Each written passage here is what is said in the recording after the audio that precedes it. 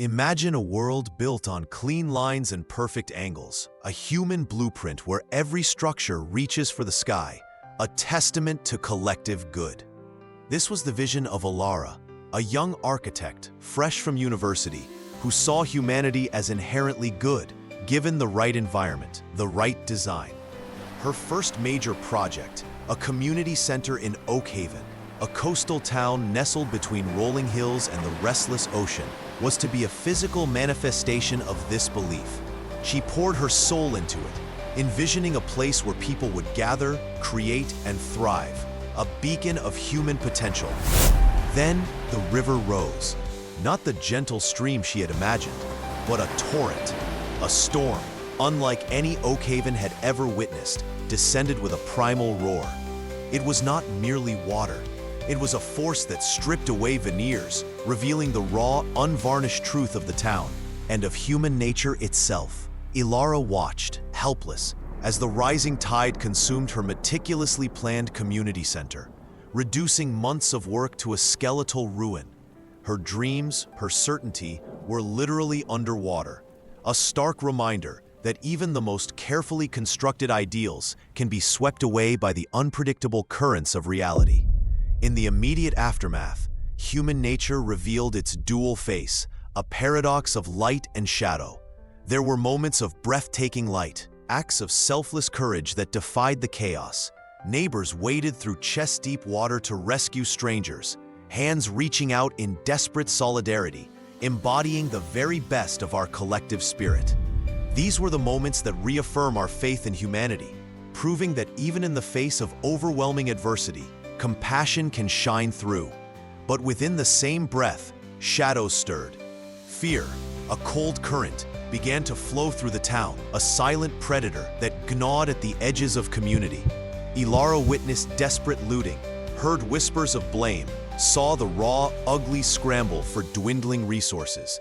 People she had admired, pillars of the community, buckled under the immense pressure, their kindness replaced by a chilling self-preservation.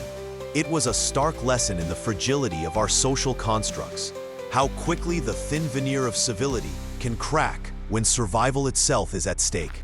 This duality, the capacity for both profound good and profound selfishness, is not an anomaly. It is an intrinsic part of the human condition, amplified and laid bare by crisis. Elara, once a beacon of certainty, found herself adrift. The initial shock gave way to a gnawing despair, a corrosive doubt that ate at her foundational beliefs. The rebuilding effort, which she had imagined as a unified, heroic endeavor, quickly devolved into a messy, fractured struggle. Bureaucracy tangled with desperation, conflicting agendas clashed like waves against a broken pier. Her grand plans for a new, even better community center were met with weary cynicism, a bitter taste of reality. People were tired, broken, and suspicious, their trust eroded by the very forces that had devastated their homes. This is the reality of recovery, not a triumphant march, but a grinding, often disheartening, battle against exhaustion and disillusionment. She watched as Marcus, a local contractor, moved through the debris, not with a shovel, but with a ledger. He seemed more interested in the rising cost of materials than the rising spirits of the community. He cut corners, his work shoddy, his promises hollow. Elara saw him as pure shadow, a stark contrast to her own fading light. He was everything she despised, everything that undermined the collective good, a symbol of the self-interest that threatened to consume Oakhaven. In her black and white world, Marcus was the villain, the embodiment of everything wrong with human nature. But then a different current emerged.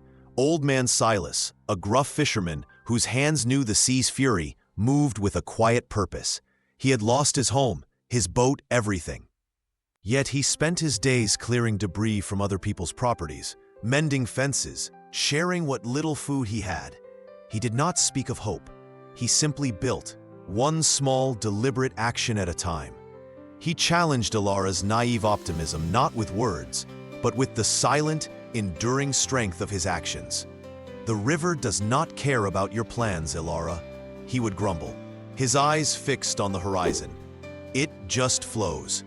You learn to build with it, not against it. His wisdom was not theoretical. It was forged in the crucible of experience, a practical understanding of resilience in the face of an indifferent world. Elara's own shadows began to stir. Doubt, a silent predator, stalked her thoughts. She felt anger, a hot, corrosive rage at the injustice, at the selfishness, at Marcus. She questioned her own capacity to lead, to even care. Was humanity truly capable of sustained good? Or was it merely a thin veneer over a core of self-interest? She saw the river of human nature, not as a gentle stream, but as a torrent, capable of both creation and destruction, and she felt herself being pulled under, overwhelmed by the complexity and contradictions. This internal struggle is a universal experience, the moment when our ideals collide with the messy reality of human behavior, forcing us to confront our own biases and limitations. One evening, exhausted and defeated, she stood before the ruins of her center. Marcus was there, arguing loudly with a supplier, his voice sharp with frustration.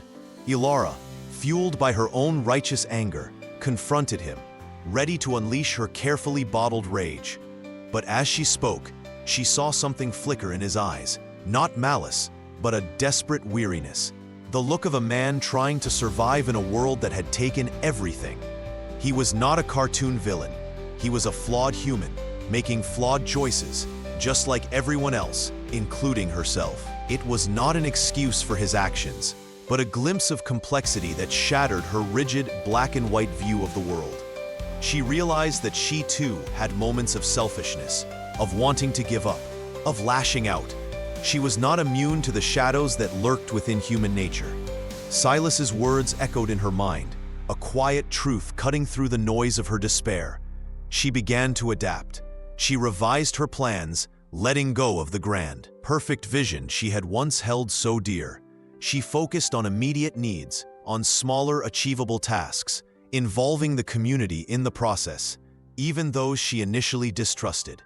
She learned to compromise, to accept imperfection, to find strength in the messy, collaborative effort that was the true essence of rebuilding. She saw Marcus, on occasion, quietly helping an elderly neighbor or offering a genuine piece of advice to a struggling family. These small, unexpected acts chipped away at her rigid judgment, revealing the nuanced truth that we may act with compassion one moment and selfishness the next. These contradictions, she began to understand, were not flaws. They were the essence of being human. The critical decision came when a key part of the rebuilding required a difficult compromise. It meant letting go of her original, perfect design for the community center, accepting a more modest but achievable solution that involved collaborating with people she had once seen as obstacles, including Marcus. The choice was stark: cling to a shattered ideal or embrace the messy, imperfect reality of collective effort. She chose the latter. She chose the river. She worked alongside Marcus, Silas, and countless others, seeing their humanity, their struggles, their small acts of good amidst their flaws. She learned that progress was not a straight line, but a winding path, often doubling back, always changing, much like the river itself. This is the profound lesson of resilience, not to fight the current, but to learn to navigate it, to build with it, to understand its power and its unpredictable nature. Years later, Oakhaven stands, not a monument to pristine perfection, but a testament to resilience, a living, breathing example of human endurance. It is a patchwork of old and new, scars and triumphs, a vibrant, imperfect tapestry woven by countless hands. Elara, now older, carries the scars of the storm, but also the wisdom of the river. She walks through the town, seeing the imperfections, but also the profound beauty in the struggle, the growth, the endless capacity for adaptation. Human nature, she understood, is not a fixed point, but an endless flowing story. We are both the authors and the characters, writing new chapters every day.